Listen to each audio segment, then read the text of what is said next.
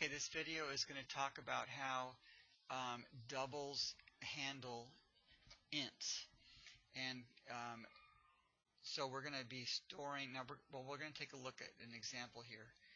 If you remember with data types, we said that the data type determines the size or the amount that a storage location can hold.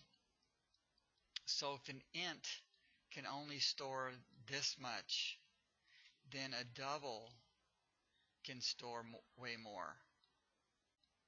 So it has a larger capacity.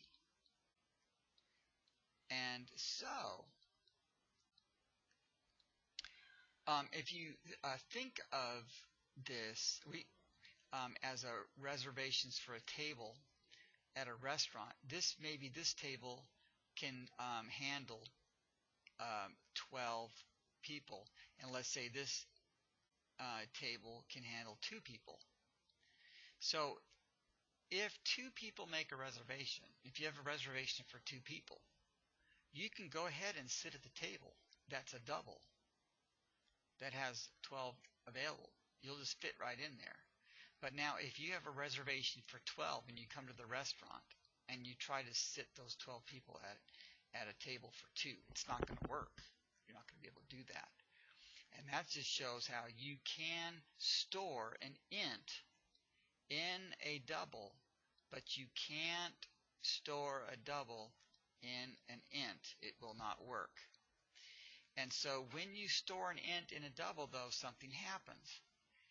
And so we're going to look at that. So in a double, num1 then is assigned 5. Num1 is assigned 5, but it's stored as a double. And so it's stored as 5.0. It doesn't really change its value, but it is looks like a decimal now, and it's not an int. Now, you do the right side of the assignment operator first, and don't look at this. So you look at this and you see an int times an int, which has to be, the result has to be an int. And 4 times 3 is 12. So with that 12 now is going to be assigned to num2, which happens to be a double.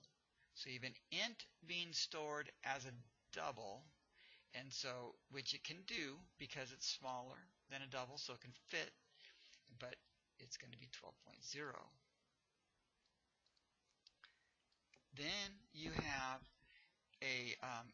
again, we don't look at this, because when you do that, you're going to start thinking weird things.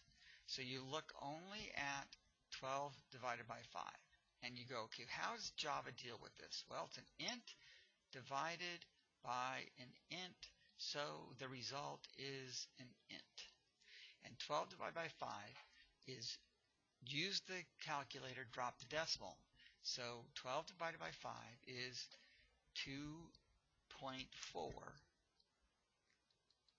and you drop the decimal, so it's just a 2. So num3 is assigned a 2.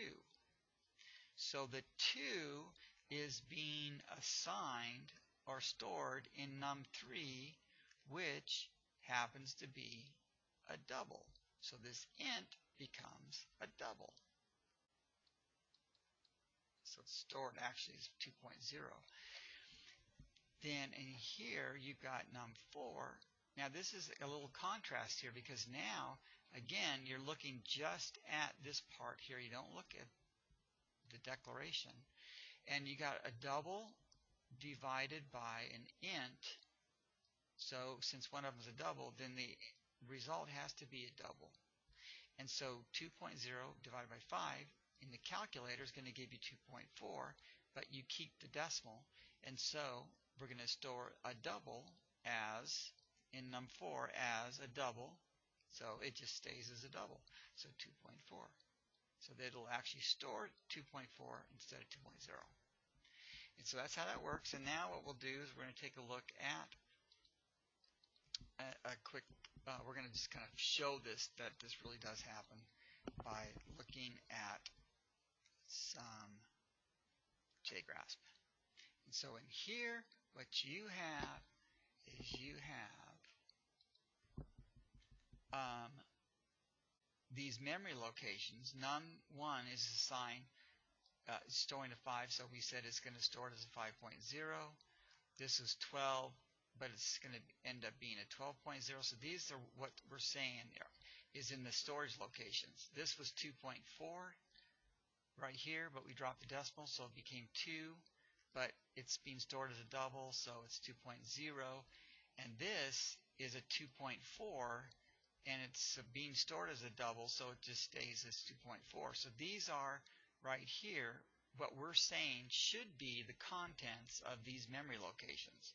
And if that's the case, we're going to call those values right here with these variable calls, and it should return these amounts. So let's take a look, see if that's the case. And as we can see, it says 5.0 and 12.0. Oh boy, I'm having troubles with this. Okay, so here's 5.0, here's 12.0, here's 2.0, and here's 2.4. So everything works. That's how it operates. All right, so that's it for this video.